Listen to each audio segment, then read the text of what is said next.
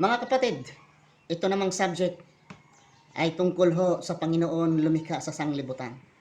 Sasabihin namin na si Allah ang Diyos, walang maniniwala. Sasabihin man namin na ang Diyos ay nag-iisa lamang at walang iba, ay ang karamihang mga Trinitarian or lahat ng mga Trinitarian hindi naniniwala. Dahil ginigiit nila na ang Diyos ay may tatlong persona. Diyos Ama, Diyos Anak, Diyos Espiritu Santo. Kahit sasabihin namin na si Jesucristo ay bago lamang, lumabas lamang ang pangalan ni Jesucristo in the New Testament. Sa kapanahon nila ni Adan, sa kapanahon ni Moses, Abraham, ay walang Jesucristo. They will insist. Ang sabihin nila, nandoon, hindi mo lang alam. Di ba sinabi sa Biblia na likhain natin ang tao ayon sa ating wangis. Likhain natin. Nandoon na si Jesucristo. Before Abraham, I am. Oh, nandoon na si Jesucristo. Hindi mo ba alam yan? I am the Alpha. I am the Omega. Ako ang simulan at ako ang katapusan. Si Jesus yun. In the beginning was the Word. Si Jesus yun. Kahit anong paliwanag namin, ay hindi maniwala. Sakyan ko na lang. Kay Jesus nandoon na nga. At ang Diyos ay isa lang. Na ang Ama, yun din ang Anak. At ang Anak, yun din ang Ama. Dahil isa lang sila eh. At ang Espiritu, yun din ang Anak. Yun din ang Ama, ang Espiritu Santo. Dahil isa lang sila. Inseparable. Sabihin man natin na hindi isa, tatlong persona.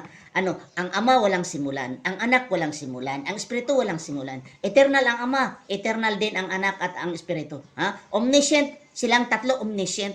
Silang tatlo ay tinatawag ng omnipotent. Ano bang ibig sabihin ng omnipotent? All powerful. Ano bang ibig sabihin ng omniscient? Nakakalam sa lahat ng bagay. Ano bang ibig sabihin ng eternal? Walang simulan, walang katapusan.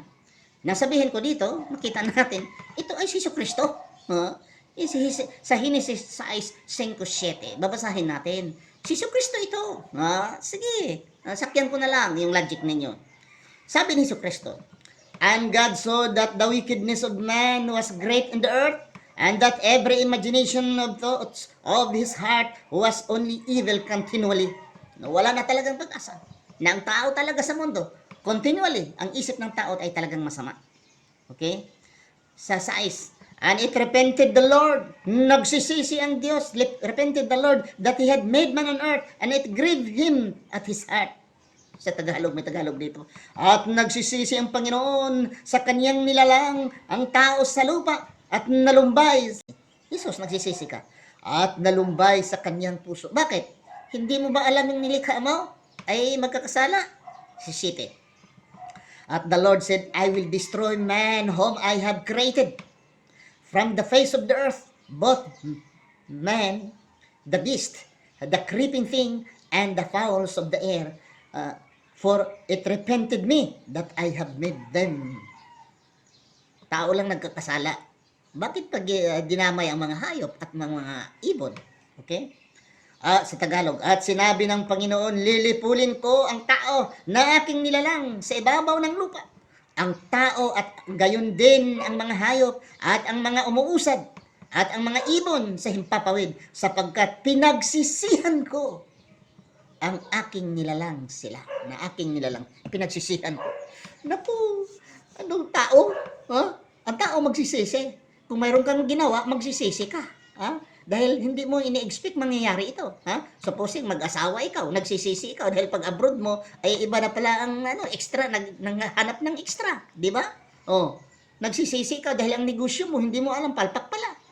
Nagtatrabaho ka sa abroad, akala mo ay maganda. Yung pala ang misis mo ay nangangaliwa. Di mo ba? Mister mo man ay nangangaliwa, nagsisisi ka. Mga bagay na hindi mo alam, ang yung mga hinaharap ay tao yun. Tayong mga tao, wala tayong alam sa future. Pero ang Diyos, alam niya ang lahat ng mga bagay at nilikha bago niya likhain. Di ba? Anong ibig sabihin ng omniscient? Lahat ng bagay ay alam niya. Tinatawag omnipotent. Anong ibig sabihin ng omnipotent? Most powerful, makapangyarihan. Ito ba'y salita ni Jesucristo o hindi? Sabihin ninyo, baka naman ay talaga namang itulak ninyo na hindi si Jesucristo yan. Yan ang kagalingan sa inyong Diyos na si Jesucristo.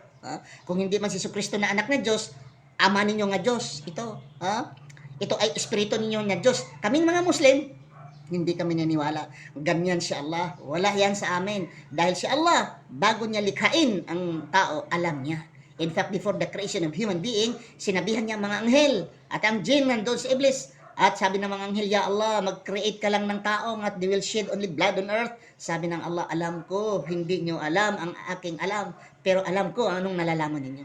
Before the creation of the human being, Allah knew na ang tao ay magkakasala. Eh, bakit pa dito ay sinusumpa?